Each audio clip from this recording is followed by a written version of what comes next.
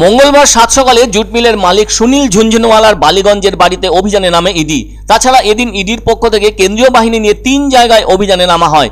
Jute মিলে ভুয়ো director নিয়োগ মামলায় একাধিক জায়গায় অভিযানে নেমেছেন ইডির আধিকারিকেরা। ফলে শুধু যে বালিগঞ্জে জুট মিলের ওই মালিকের বাড়িতেই অভিযানে নেমেছে ইডি তাই নয়, সাঁকরাইলের ডেল্টা জুট মিলেও অভিযান চলছে ইডির।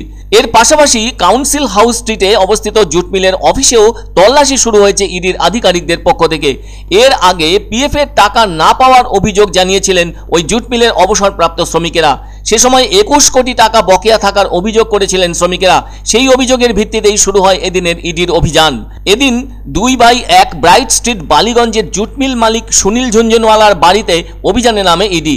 তবে আগেই এই মামলায় ইডিকে তদন্তের নির্দেশ দিয়েছিলেন কলকাতা হাইকোর্টের বিচারপতি অভিজিৎ গঙ্গোপাধ্যায়। এর আগে প্রভিডেন্ট ফান্ডের টাকা না পাওয়ার অভিযোগ করেছিলেন সুনীল ঝুনঝুনওয়ালার জুট মিলের অবসরপ্রাপ্ত শ্রমিকেরা। হাইকোর্টে 21 কোটি টাকা বকেয়া থাকার অভিযোগ করেন জুট মিলের অবসরপ্রাপ্ত শ্রমিকেরা। সেই অভিযোগের ভিত্তিতেই এদিনের তদন্ত অভিযান ইডির। এছাড়াও অন্যদিকে ডেল্টা লিমিটেড এবং ওলিসা রিয়ালিটি প্রাইভেট লিমিটেড নামের ওই দুটি সংস্থার বিরুদ্ধেও কয়েকজন অবসরপ্রাপ্ত কর্মচারী কলকাতা হাইকোর্টে মামলা দায়ের করেছেন। এদের অভিযোগ, ওই দুটি সংস্থার পক্ষ থেকে তাদের প্রাপ্য প্রভিডেন্ট ফান্ডের টাকা দেওয়া হচ্ছে না তাদেরকে। ফলে ওই পিএফ খাতে প্রায় 21 কোটি টাকা বকেয়া রয়েছে বলে অভিযোগ তোলেন তারা। ওই মামলাতে দুটি সংস্থার 5 জন ডিরেক্টরকে তলব করেন বিচারপতি Abhijit Gangopadhyay. Serious fraud investigation অফিসকে বিচারপতি নির্দেশও দিয়েছিলেন 5 জনকে জিজ্ঞাসাবাদ করতে। এরপর সমগ্র বিষয়টি নিয়েই রিপোর্ট দিতে বলেছিলেন। শেষে রিপোর্ট জমা দেওয়া হয় বিচারপতি অভিজিৎ গঙ্গোপাধ্যায়কে। এরপর ওই সব রিপোর্ট দেখে অভিযুক্ত দুই সংস্থার বিরুদ্ধে ইডিকে তদন্তের নির্দেশ দেন বিচারপতি। এছাড়াও বিচারপতি অভিজিৎ গঙ্গোপাধ্যায় এসএফআইওকে এফআইআর দায়ের করার জন্য নির্দেশ দিয়েছিলেন থানায় অভিযোগ জানাতে। অবশেষে কলকাতার হিয়ার স্ট্রিট থানায় অভিযোগ দায়ের করা হয়, যার তদন্ত শুরু করেছে ইডি। তবে অনেক আগেই বিচারপতি অভিজিৎ গঙ্গোপাধ্যায় সন্দেহ প্রকাশ করেছিলেন পিএফ দুর্নীতি মামলায় বড় এবং প্রভাবশালী মাথা যুক্ত রয়েছে। তবে বিচারপতি এজলাসে এমনও বলেছিলেন, ওরা আমার বদলিও করে দিতে পারেন, কিন্তু আমি এই সব বরদাস্ত করব না। ফলে এদিন সকাল 7টা থেকে হাওড়ার সাঁকরাইলের ডেল্টা জুট মিল এবং বালিগঞ্জের জুট মিলের মালিকের বাড়িতে তল্লাশিতে নেমেছে ইডি।